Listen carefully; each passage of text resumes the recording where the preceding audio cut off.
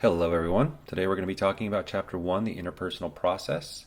And this is going to kick off the foundation for our course, and we'll lay the groundwork for everything that we're going to be talking about this semester. First thing that we're going to do is just review some of the objectives for this chapter. And this is actually on page 3 of your textbook, the 14th edition of your textbook. Primarily, what we're going to be doing is recognizing the needs that communication meets. We're also going to be exploring a couple of models of communication, including the transactional model, and discuss just a few basic examples of communication principles. We're also going to explore some of the characteristics of highly interpersonal exchanges and definitely touch on a term or a phrase called communication competence, which is a phrase that you should get very familiar with because this is something that we're going to be talking about quite often during the semester. So basically what we're going to be doing in this initial video is classifying some of the skills required to communicate successfully and evaluate appropriate channels of communication. Channels meaning things like texting, social media, face-to-face phone calls, and many other environments that we have conversations both within and among. So why do we communicate anyway? Well, communication fulfills 4 primary functions: our physical needs, our identity needs, our social needs, and our practical needs. Communication is just as important as food and water and shelter to our physical well-being. When we are successful at communicating, we have that social network, and we have things like improved physical health, mental health, longer life expectancy, lower risk of coronary diseases, and we're less susceptible to common illnesses like the cold or the flu and sinus infections in some cases. And the reason for that is that when we have that outlet, we tend to lower our stressors. When you have big life issues going on, sometimes you just need to talk those through with someone. And if you're not able to have those communication needs met and have a mentor or a coach or a friend or someone that you can discuss things with, well, that raises your stress and it raises all these other problems that go along with not being able to communicate and handle issues successfully. Also, touching is a very important form of communication because not all communication is talking and communicating through written messages. A lot of communication is communicated non-verbally, whether it's winking at someone, you're flirting with someone, or showing them that you're kidding. Maybe you give someone a thumbs up. Maybe you just flip someone off on the freeway who cut you off. Or maybe you give someone a high five after a game, or giving someone a hug when they're feeling down, or when you're just meeting them for the first time, or congratulating someone. Shaking someone's hand. It's probably not something that we're going to be doing very much anymore, but that's something that we used to do in the before times, and that was just a way for us to develop strong networking skills. And all of these different types of touching also meet our physical needs. And again, communication is very important for our health. What does it mean when we talk about the identity need of communication? Well, identity answers the questions, like the first 4 questions that you have up on this slide. Questions like, what am I? Who am I? Where do I belong? Why am I here? Our textbook talks about this story of the wild boy of Aveyron, who spent his early childhood without any human contact. And even though the boy was eventually discovered and he was integrated into society and he learned how to talk, he had 0 social skills. And there have actually been many different examples of this throughout history, where someone is found alone in the woods and they have no sense of self, they have no sense of time, no sense of identity, and sometimes no sense of language. Because our language is very much an orientation of our identity, just as knowing who we are and where we belong in a family. When we first learn about ourselves, these are questions that our parents or our guardians are usually able to answer for us. We're taught things like what our name is, whether or not we're a boy or a girl. We're taught whether or not we're part of a certain culture or ethnicity. Even just being part of a certain location is a part of our identity, right? Just being able to identify as an American, or if we have a different national background or ethnicity. All of these things are identified through our experiences, through our families, through our sociogeographic situations, or other identities that we embrace, like being rich or poor, educated or not, being a student or an employer, boss, whatever, what have you. So all of these are basically different labels that are co-cultures and are subcultures, and they all come through communication. Without being able to communicate these, we wouldn't have these different identities that we all carry. If you're a brother or a sister or a parent, these all orientate us as to where we belong. And this also improves our social network as well as having that sense of belonging and identity. So in addition to our identity needs, we also have certain social needs that must be met. And this includes things like friendships or family, whether or not we have caretaker or maybe even caregiver roles. There might be someone who's responsible for us, or we might be responsible for someone else's well-being. And we also meet certain social needs through shared interests. And this could be things like the sports that you play, the hobbies or the activities that you're involved in. Maybe you all go to the same yoga class together, or you all go surfing together or something. Maybe you have colleagues that help you relieve the stress of being at work when it's not always a fun place that we get to be. Or maybe you're involved in your community in some way. Maybe you work at a YMCA or something. Also, being socially active to some degree is really a huge part of our identity as well. I think we all know, especially when we're on lockdown, is that if we stay isolated for too long, well, that often fosters a lot of depression and anxiety, and it really lessens our abilities to be socially adept. So what I'd like you to think about are the different social needs that communication meets for you. Think about your different hobbies or your different interests. Maybe you're a coach, or you have someone who coaches you in a sport. Maybe you have siblings or friends or people that you just talk to on a daily basis. Maybe you have teachers that are educating you, or you have friends that help you out with your homework. Maybe you are a mentor to a younger person. These are all different social needs, and we play these different roles for one another in order to make sure that these social needs are met. Now, finally, we have practical needs, and our practical needs include things like the day-to-day tasks that we must execute, such as being able to follow instructions. Maybe we're at work and we work at a restaurant and we have to do something like schedule reservations for people. Or maybe you're just doing something as simple as asking for help. That's something you're actually going to hear me say 100 times this semester is please ask questions. It's a very practical need for you to be able to successfully complete your homework and complete this class. Sometimes you just need to ask me a question. Or maybe you're sick and you just have to make a doctor's appointment, right? That was a very practical need that was met for you in that situation. And also just consider how much different these practical needs are for people who might have communication disabilities. Like for someone who is deaf or blind or mute, they might have to do something like just dial a phone. That is something that we take for granted, but just think about how much more difficult it could be for someone with a communication disability.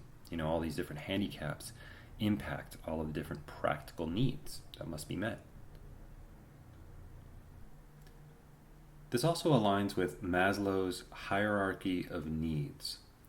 And you can actually find this on page 9 of your textbook. So who was Abraham Maslow anyway? Well, Abraham Maslow was a psychologist, and his hierarchy of needs is his take on what motivates people to do the things that they do. Maslow's theory was that without each of these needs being met in order from bottom to top, then we wouldn't be successful socially in our lives. And the first of these physiological needs are just physical things that we need, things like food, shelter, water, overall well-being. We need to be able to clean ourselves, and have our bodies functioning normally. We need to be able to eat, sleep, things like that, basic needs. And above our physiological needs, we also have certain safety needs that must be met. We need to feel like not only that we have a home, but that we won't be harmed in that home. We need to feel secure about the environment that we're living in. And only when we have our physical and physiological needs met can we be successful socially. And this is our love and belonging needs.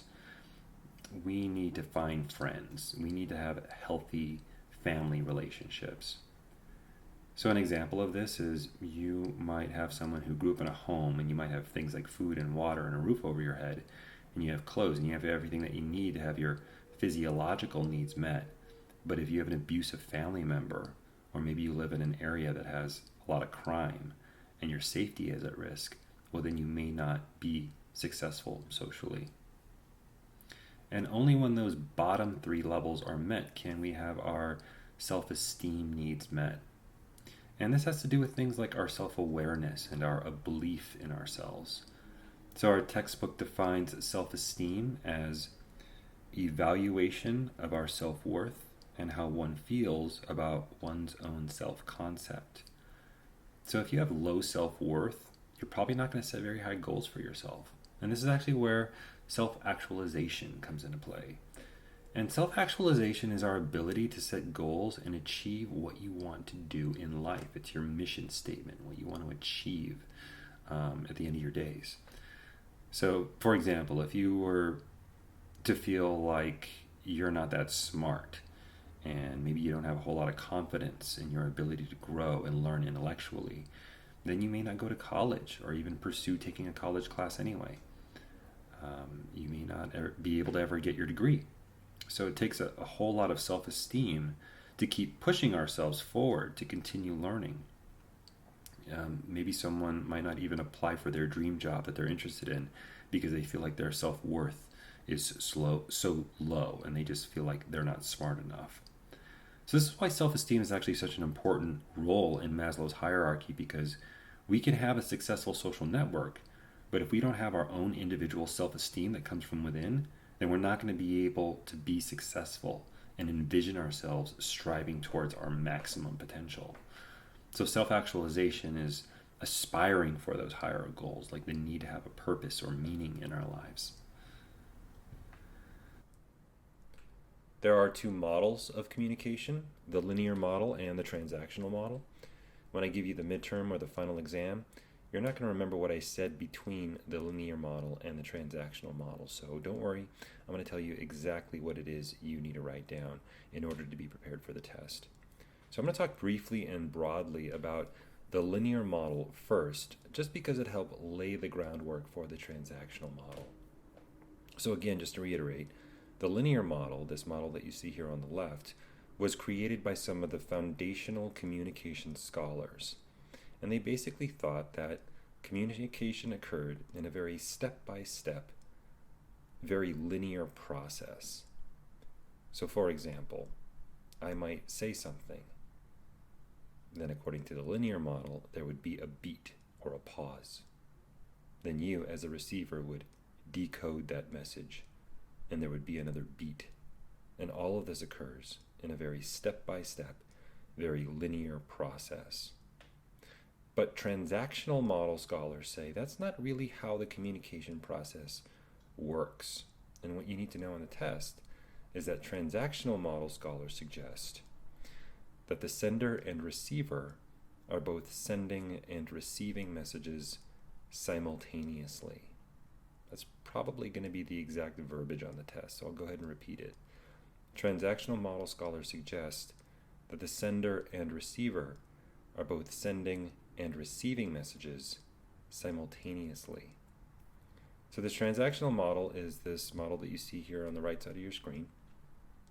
And the way it's defined in the textbook is that it is a dynamic process in which communication creates meaning through interaction.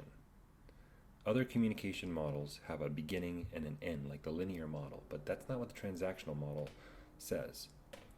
So let me give you an example. In mass media, we study the SMCR model, which is source, message, channel, receiver.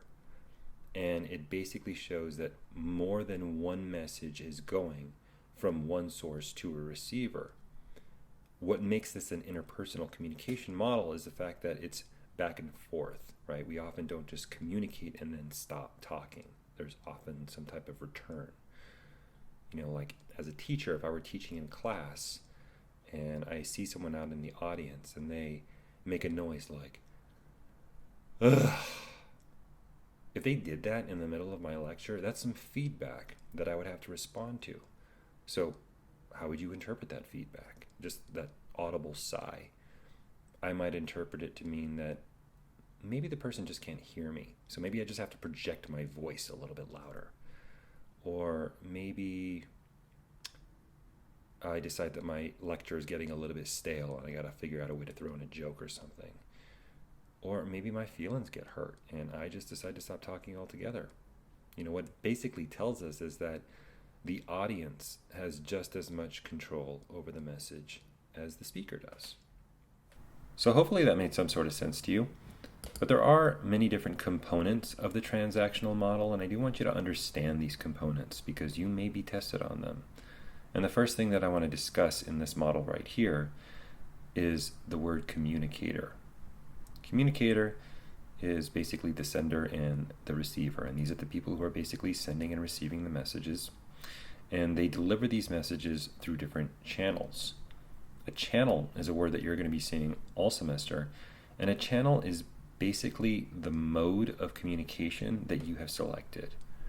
So right now, the channel that you're observing is a video lecture. Right now, you're watching a video and you're listening to me speak. And it includes all different other types of mediums as well, including things like Snapchat, Instagram, text messages, email. Listening to music can also be a channel of communication where the artist is delivering a poem through their song. So any type of communication is considered a channel. We also have to look at individual environments. We're often quick to assume that an environment is simply the room that we're in. For example, right now I'm sitting at my desk in my living room at my office. You might be sitting in your bedroom on your bed. Maybe you're sitting on a park bench somewhere next to a McDonald's getting free Wi-Fi. But these are really only our physical environments. And as you can see by this diagram, the environment is within the communicator. Oftentimes in interpersonal communication, we want to consider the environment as what's inside someone's head. It's the filter through which we send and receive our information. So when you think about all the times that a teacher or mentor or a coach is telling a room full of people or a class full of people something, every person in that room receives the message in a different way. And this is what basically called our context. The environment can also be thought of as basically a filter, really, of information.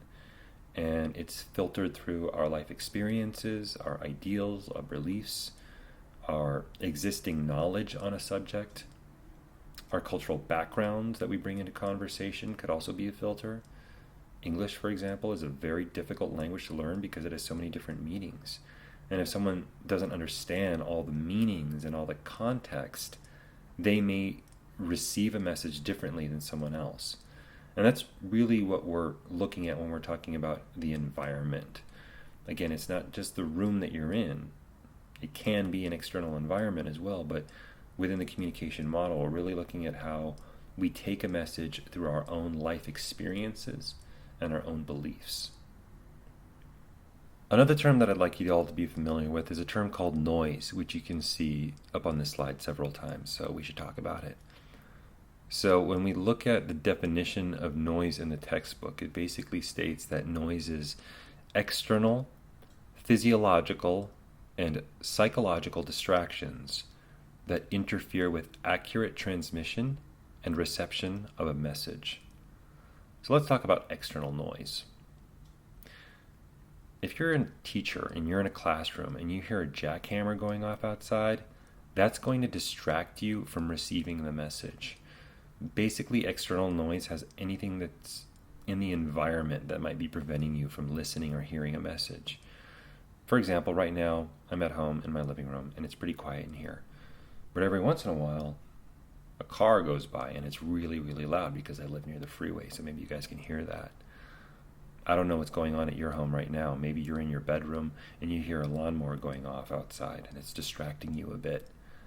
Maybe you hear your brother or sister or your parents in the next room and they're having a very loud conversation and that could be preventing you from listening to a message. So every type of environment has some type of external distraction. Physiological distractions have to do with anything that's going on in our bodies that might be preventing you from listening to a message. Maybe you're tired, maybe you're hangry, maybe you're sick, and you just can't concentrate. That's something physiologically that's going on with you that is preventing you from listening to a message, perhaps. And the last type of noise that I want to touch on is psychological noise. And this has to do with anything that's going on in our minds that may be preventing you from engaging or listening to a message. We all have worries and fears and frustrations and things that are going through our head at any given moment. Maybe you have a grandparent who's really sick right now. Maybe you're not so okay with your significant other and you're thinking about that instead of listening to anything that I'm saying right now. We're always thinking and sometimes overthinking. And that basically is psychological noise. So please make sure to review the different components of the transactional model and reach out if you have any questions. And I'll try not to say that too often to turn you off, but just know that you can always reach out to me if you're confused about something. Please make sure to review the terms communicator, environment, noise, channel, and I think that's it for this one. So again, the way that this will appear on the test is that the transactional model scholar suggests that the sender and receiver are both sending and receiving messages simultaneously. It may appear a little bit different in your textbook, but that's the way it's going to appear on the test. Over on page 11, they discuss how messages can be construed. So if we're talking about our internal environments, our textbook says that meanings reside in the people who express and interpret them. People basically infer different meanings based on their individual and life experiences. And our biases are created or construed by our culture, by our beliefs, our family beliefs, our unique ideologies, and the things that we've experienced in our life that define our opinions and basically the way that we view the world. Some people might say or express one sentiment and act in a completely opposite way. So that's when someone may be being sarcastic. So you could be looking at also cultural norms, or you could be looking at someone who's just not being maybe honest through their communication. Now, additionally, our textbook touches on these 5 communication principles. Number 1, communication is transactional, which is something that we've already discussed. It's just basically a dynamic, simultaneous exchange. Communication can also be intentional or unintentional. Sometimes our communication is deliberate and we convey the thing that we absolutely meant to convey, but sometimes we have unintentional communicative behavior. One of the examples that your textbook gives you is, suppose a friend of yours overhears you muttering something to yourself and complaining to yourself. And even though you didn't intend for them to hear you, you certainly did carry a message. So this unintentional, nonverbal communication is just basically about being self-aware. We got to be aware of the nonverbal cues that we're constantly giving off that may not indicate how we truly feel about something. For example, maybe you've heard the term resting bitch face. I kind of get that because a lot of people accuse me of being overly serious, and I know that I have a resting murder face. So even though I may be looking very serious, it's not a true indication of how I truly feel. So it's just got to be aware of certain facial expressions that I'm giving off. Communication is also irreversible. Your textbook gives the example that messages are like toothpaste, meaning that they cannot be unsqueezed. I'm sure that we've all had times in our life when we wish that we would have said something a certain way, or maybe we wish that we wouldn't have said something. And unfortunately, we can't go back and unfix it. We can apologize for it, but we can't undo it. After we've done it, there's no erasing it. Communication is irreversible. Communication is also unrepeatable. We can repeat ourselves, but as our textbook shares, quote, communication is an ongoing process, an event that cannot be repeated. The friendly smile you gave a stranger last week may not succeed with the same person you encounter tomorrow, close quote. And that's basically because each one of us is different. And even if it's the exact same person, if you see that exact same person 5 minutes later, both of you have changed in that 5 minutes. It may be so small that you couldn't measure it, but it's still a different exchange. And finally, communication has both a content dimension and a relational dimension. So a content dimension is just the information that's being explicitly discussed. Our content dimension is the content of a message. So right now, for example, my content is interpersonal communication. That's the message that I'm trying to deliver to you. Our relational dimension expresses how you feel about the other person. So our relational dimension is how you and I are related in a social or practical construct, for example, to the extent to which I'm your teacher and you're my student. All of our messages change in content based on the relationship that we have with one another. Sometimes we might say something sarcastically, or we might call our best friend a derogatory word. We do that in fun, and it's absolutely acceptable, but you wouldn't call a stranger that, or someone who is a role model or a teacher or a parent. So a lot of times the content of our message is indicative of the relationship, if it's a strong relationship, a public relationship, or if it's highly interpersonal relationship. So our textbook also shares that there are 4 distinct characteristics of highly interpersonal relationships, and the first one is uniqueness. Uniqueness is basically shaped by the nature and the history of a particular friendship or familial relationship. Every person that you interact with, we interact with in a different way, and it's unique to us. And the more in-depth the relationship is and the more meaningful it is, the more unique it is. So if you want to think about things like inside jokes, you may have words or phrases that you only share with your best friend, which might be confusing to someone who's maybe listening or observing your conversation from the outside. Interdependents are those in a relationship that are affected by the other person's emotions and life events, and it's usually founded on empathy. For example, if your best friend just got accepted into the college that they've always wanted to go to, or maybe they just got their dream job, you're probably going to be super excited for them. And the same thing would happen if they got sick or got fired from that dream job. Well, you're probably going to feel very sorry for them. So our interdependence is usually based off our emotions. And our interdependence can also do with things like certain family members in certain caretaker or caregiver roles.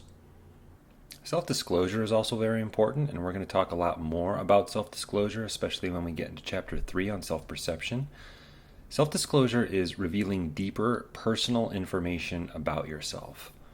It's going beyond what someone could find out for you on the internet. For example, if I told someone that I'm a professor at Palomar College, well, anyone can find that out with a quick Google search. So self-disclosure is bearing your soul to someone else and sharing your secrets, sharing your past, your hopes, your dreams, your fears. So when you start getting into more personal information, that is sincere self-disclosure. And lastly, intrinsic rewards are the rewards you feel just by being with someone. It doesn't mean that you have to be engaged in a shared activity. It just means that you thoroughly enjoy the other person's company. Even if you're just sitting there together, looking at your cell phones, you still have that presence of the other person that gives you that social reward. Communication competence is defined in your textbook as the ability to achieve goals in a manner that is both effective and appropriate. So when I say effective, what I mean by that is that it's achieving the desired results. So for example, if you were to ask me if you can get an extension on an assignment because you just didn't read the syllabus and didn't anticipate that it was going to be due on a certain day, and if I said, yeah, sure, you can turn it in late, well, that would be effective. It's not going to happen, by the way, so don't ask. However, if you were appropriate about it and you asked me nicely and you used the proper tone and appropriate language choices and were being a professional, and more importantly, if you had a reason for the extension, like maybe you were ill or you have some type of doctor's note or something, then that would be both effective and appropriate. Also, it's important to remember that the effectiveness and the appropriateness of language changes with our relationship. What's proper for you and a friend and what's appropriate for you and a friend may not be proper for you and your teacher. So appropriateness does fluctuate. And appropriateness very much influences whether or not you're capable of achieving your goals, whatever the communication message is intended to achieve.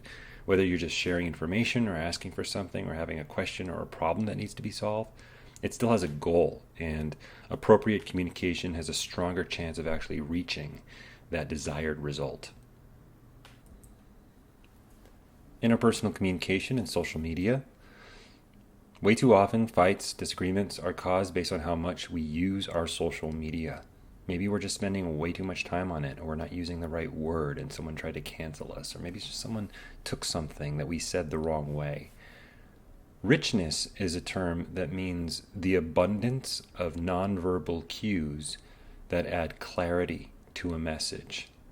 So richness basically conveys the digital messages that carry nonverbal cues to clarify things. And this includes things like grammar, punctuation, and of course, emojis. Think about that. Think about what type of emoji you use. Oftentimes, if we're being sarcastic, we always add like a winky face or something at the end to provide context for what it is we're saying. So that has to do with richness. Leanness has to do with messages that carry less information due to lack of nonverbal cues. So leanness are messages that carry less information. There are no nonverbal cues, and the more lean the message, the more likely that there may be some miscommunication based on reading what isn't there. So leanness is much harder to interpret. Hyperpersonal communication is a phenomenon that primarily occurs in social or online interaction because you don't have the risk of face-to-face rejection. There is this acceleration of personal information. Like when you meet someone face-to-face, most people don't give a whole lot of in-depth personal information right out of the gate. But it does tend to happen much more frequently in online interaction because you're not going to be rejected necessarily as quickly as you would when you have that anonymity. People don't really know who it is you are. And of course, it's also important just to talk about the permanence of social media. Things like email, Snapchat, text messages, they're always on a cloud or a server. They really don't go away. Just because you look at a snap and it's gone 10 seconds later, that doesn't mean that it's gone forever. It's always out there, for better or for worse. That snap still exists, whether you want it to or not. Asynchronous communication occurs when there's a time gap between when a message is sent and when a message is received. So let's talk about synchronous communication for you to understand what asynchronous means. Synchronous communication is live. It's a two-way, real-time interaction, kind of like if we were actually in the classroom where I'm the teacher and you're the student and you're there maybe 10 feet in front of me and you can ask me questions.